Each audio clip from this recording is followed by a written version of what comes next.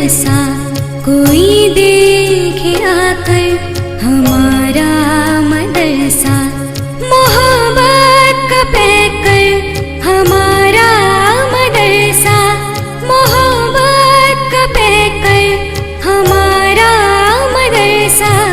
कोई देखे आकर हमारा मदरसा, कोई देखे आकर हमारा मदरसा।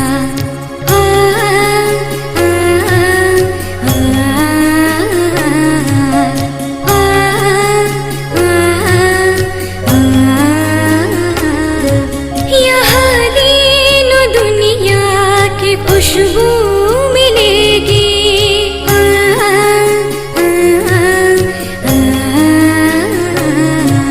यहाँ दीन दुनिया की खुशबू मिलेगी। चमक हिकमत की हर सू मिलेगी।